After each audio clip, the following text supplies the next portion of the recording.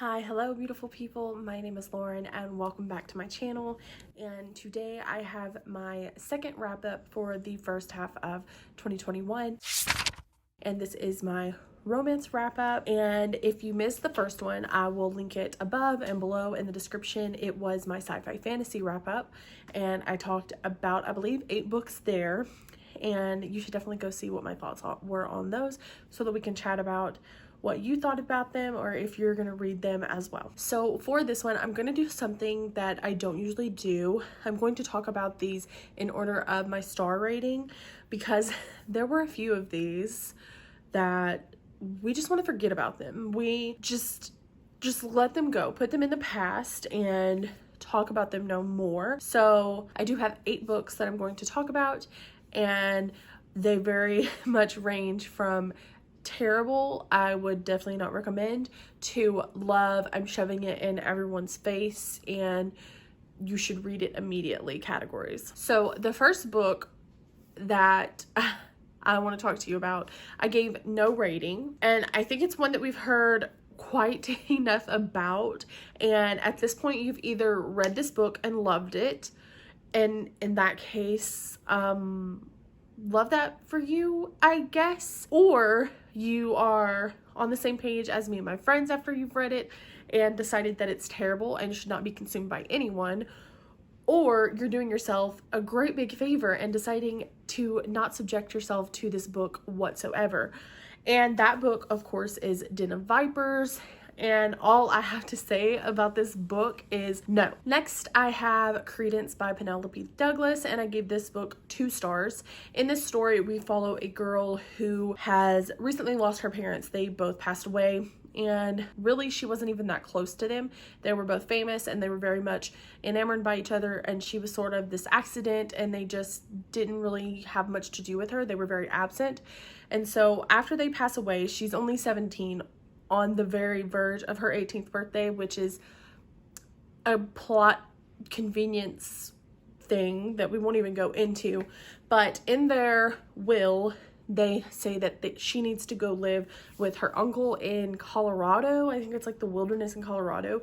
And it's actually her step uncle, I believe. They're not actually related, thank God. He also has 2 sons. So she goes and lives with them, and it's very angsty and forbidden. She ends up having a relationship with each of the 3 men, the step uncle and the 2 step cousins, I guess you would call them. It wasn't good in the fact that the plot was just them trying to coax her in and her being very dramatic and like, oh, I hate you, I hate this, I can't wait to get out of here. But then there was also this sexual tension between her and everyone. And there's even a really awful scene at the beginning with one of the boys. He is mute, he doesn't speak, and so he comes back from like hunting and he literally forces himself onto her, and it's terrible because it's blown off as just him like, well, what do you expect after he's been out in the woods away from women for a while? Wouldn't you expect him to just not be able to control himself when he comes back? And it's gross. I gave it 2 stars simply because the smut was good, and I did stay up like all night reading it. But I will say that once I figured out which of them she was going to end up with, I ended up just skimming through the end just to confirm it because I hated how it turned out. I was just very much not a fan, and honestly, I couldn't tell you like anything deeper in the story other than it's just a forbidden thing that pulls people in because it is a forbidden romance. Okay, now that we've talked about the dark times of 2021, which were those reading experiences, let's move on into some much better territory, much more positive territory where we actually enjoyed the reading and would recommend these stories to people. Okay, sorry if the angle has changed. I'm sure that my makeup looks different. We had to watch Iron Man 3 and I had to clear up some space on my phone, so I literally took like a 3 to 4 hour break from filming, but here we are, we're back. We're going to continue to talk about the much better books that I read at the start of 2021. So I did have one 3-star romance read in the first half of the year, and that was The Dating Plan by Sarah Desai. And in this story, we follow our main character who works in STEM, and she works for a startup company. And at the very start of the story, there is a ton of things going on. We see them at a conference. They're making a pitch in order to get funding from investors to really get their startup company off the ground. And while she's there, her aunt is also there, and her aunts are very invested in her personal life. And so her aunt has brought this man there for her to meet and set her up. And then on top of that, her ex-boyfriend is there with her ex-boss, and they're making out in like the bathroom stall. And so while she's making her get away from that, she stumbles into the guy that broke her heart in high school, who was also her brother's best friend. And you discover that he broke her heart because he ditched her for prom, and she will never forget about it.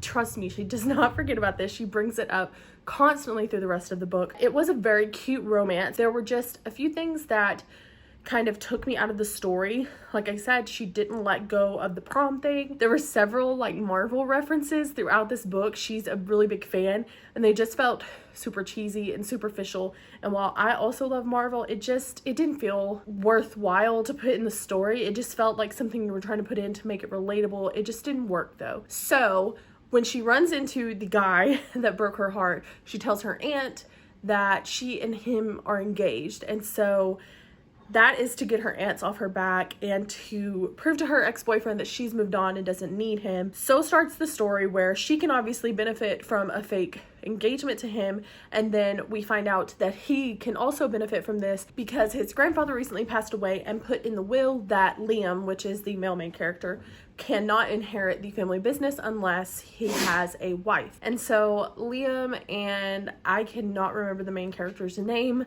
decide, I think it's Daisy actually, they decide to set up this fake engagement in order to get what they both want. So this story just really fell in the middle for me, right at 3 stars, because it was a fun, fast read, but it just didn't do anything that was extra that really wowed me. But I did really enjoy it, and if you want something to just kind of up your Goodreads goal and just kind of enjoy a cutesy little moment, then you could definitely pick this one up as well. So then I had 2 4-star reads, and the first of those was The Worst Best Man by Mia Sosa, and I really enjoyed this one. It follows a woman who works as a wedding planner, and in the very beginning we see her getting married on her wedding day, and planning to get married on her wedding day, and she receives a text message from her fiance saying that he won't be showing up that day, and we're all led to believe that it is because of his best man, who is also his brother. Something he said made him realize he did not want to get married to this woman anymore, and so the wedding is called off that day. Obviously, she is devastated and embarrassed. She is a woman who runs a wedding planning service, and she's been stood up at the altar. So then we get to our present day, and we get both perspectives of the brother, the best man, and the wedding planner main character. They end up having to come together and work on a project, and they kind of fib to the woman who is interviewing them and saying that they don't know each other, and so they kind of have to keep it a secret. But things start to happen, and they end up really getting interested in one another, and there's a lot of tension. And this one was really fun. It was really cute. I really enjoyed a lot of the family aspects in here. The main character is Brazilian, and so there are a lot of family values and scenes like that that are really cute. It was also really nice because of the slow burn aspect and the secret aspect, because it was obviously a little bit taboo since he was the brother of the guy that she was supposed to marry many years before. And so I really enjoyed that part of it. It made everything a little bit more angsty and steamy, in my opinion. Yeah, I really liked this one, and that is why I gave it 4 stars. And then I also read Him by Elle Kennedy and Sabrina Bowen, I think. I'll put the picture up of it over here, obviously. And this is a male-male romance, and it follows 2 young guys. They're in college, I believe, and so we have 2 different perspectives, I'm pretty sure. And at the start we know that one of the men are gay, they are out, but like not kind of, because he wants to play pro hockey, and so he doesn't know how the public will perceive that. He doesn't know how it will affect his career ultimately. And then we have another who believes himself to be straight. He has this on and again, off again fling, and they were friends at a hockey camp that they both attended many years ago, and something happened between them that made their friendship a bit awkward. And so our main character that knows he is gay feels really guilty. He feels like he sabotaged their friendship, and that he maybe manipulated his friend into the situation that made them stop being friends in the first place. And so they end up seeing each other at like a conference or something. I can't really remember what that was, but he finds out that the boy who is straight has been going back to the camp every year since, and so he decides he wants to go back to the camp and try to rekindle their friendship. And so that's just what he does, but he ends up rekindling their romance. It gets super steamy, and I really just loved it. There's not much more plot except for them getting together and kind of figuring that out. There is a sequel, but I felt that this story wrapped up nicely enough that I probably won't ever pick that one up. But yeah, I really found this one a lot of fun. It was a super quick read. It's on Kindle.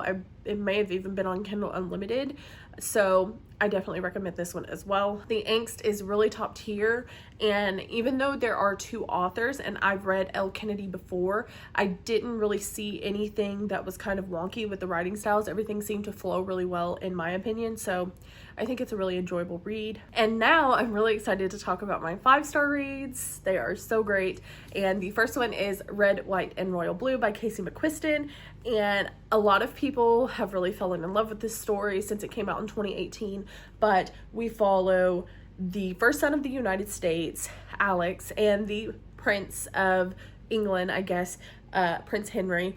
And in the beginning of the story, we find that they just don't seem to really like each other. Something about their personalities just doesn't click, and so they've kind of become enemies in a way. They just don't care for one another. And so at the beginning there is a royal wedding happening, and Alex goes and he has a little too much to drink, and he says some things to Henry and is a little clumsy and like tips over the cake, and there's this big thing, and all the tabloids come out saying that they've had this big feud at this royal event and how they just can't stand each other. Their families decide to come up with this plot that will portray them as really good friends in the media.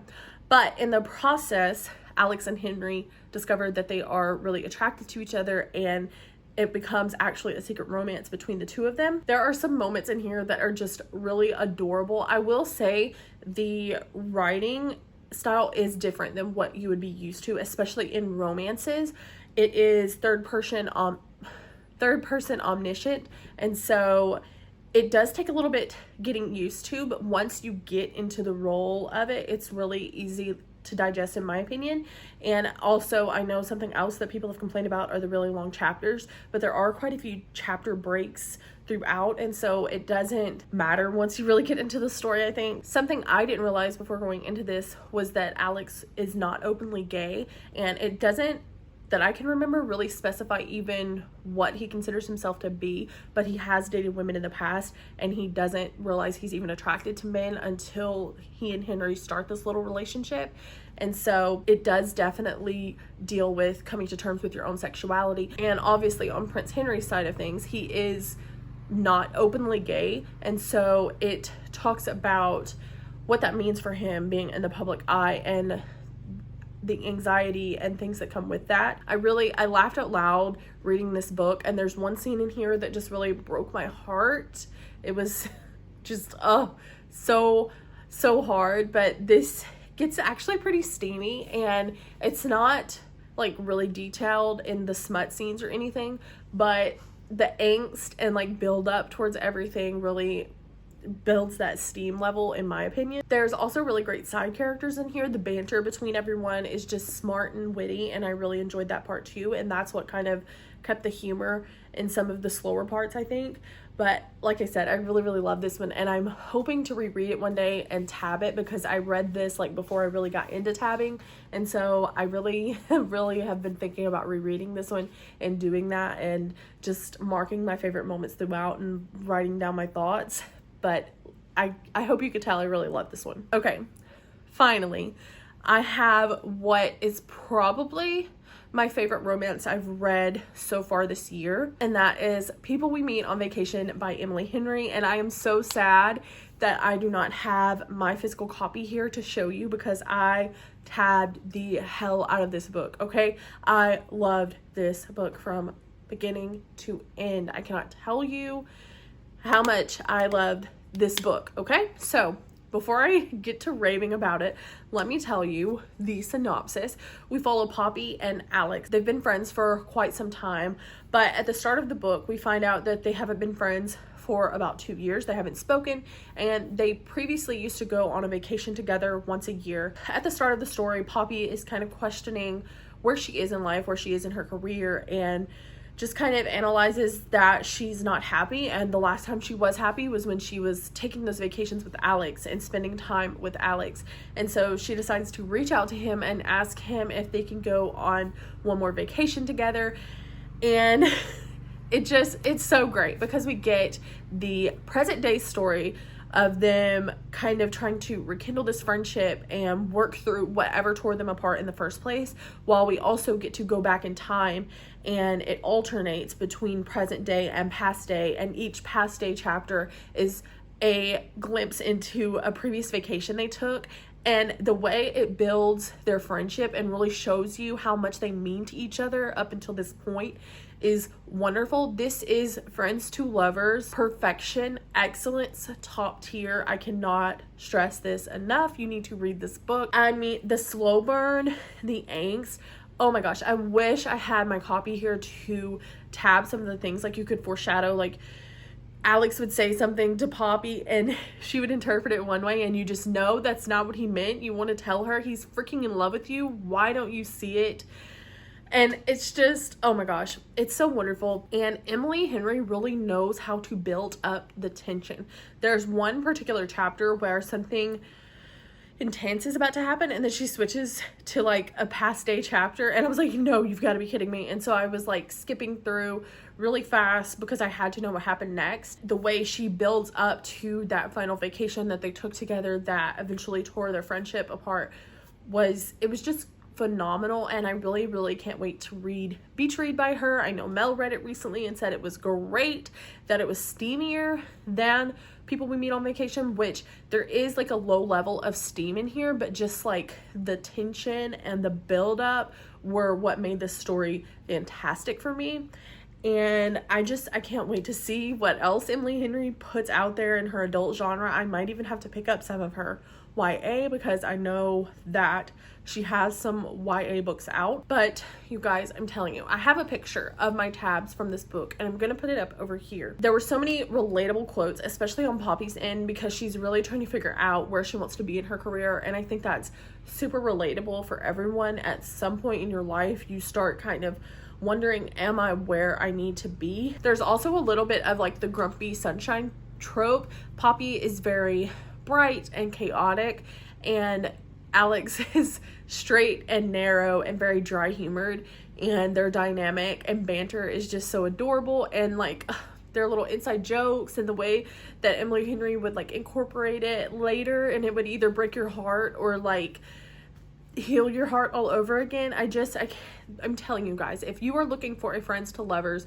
romance and you haven't picked up People We Meet on Vacation yet, then you are doing yourself a disservice. So get to it, pick it up, you will love it. Well, there you have it, guys. I got through the 8 romance books that I read in the first half of 2021, and like I said, there were some wonderful, marvelous, shiny gems in here, and some that were complete dumpster fires and should go straight into the trash. But yeah, it's been a wild ride for me for romance, and I definitely haven't read as many as I usually do. So I'm hoping that in the second half of the year I can get back to some of those, because it is probably my favorite genre to read. But yeah, tell me if you guys have read any of these books and how you liked them. I know several of my friends have read People We Meet on Vacation, and we can just like rave about how wonderful it is down below. But thank you guys so much for watching. As always, be sure to check the description down below where all the links, the socials, the Booktubers Mentioned, and the Book of the Month link, and book trigger warnings, and all that are down there as well. And until next time, bye!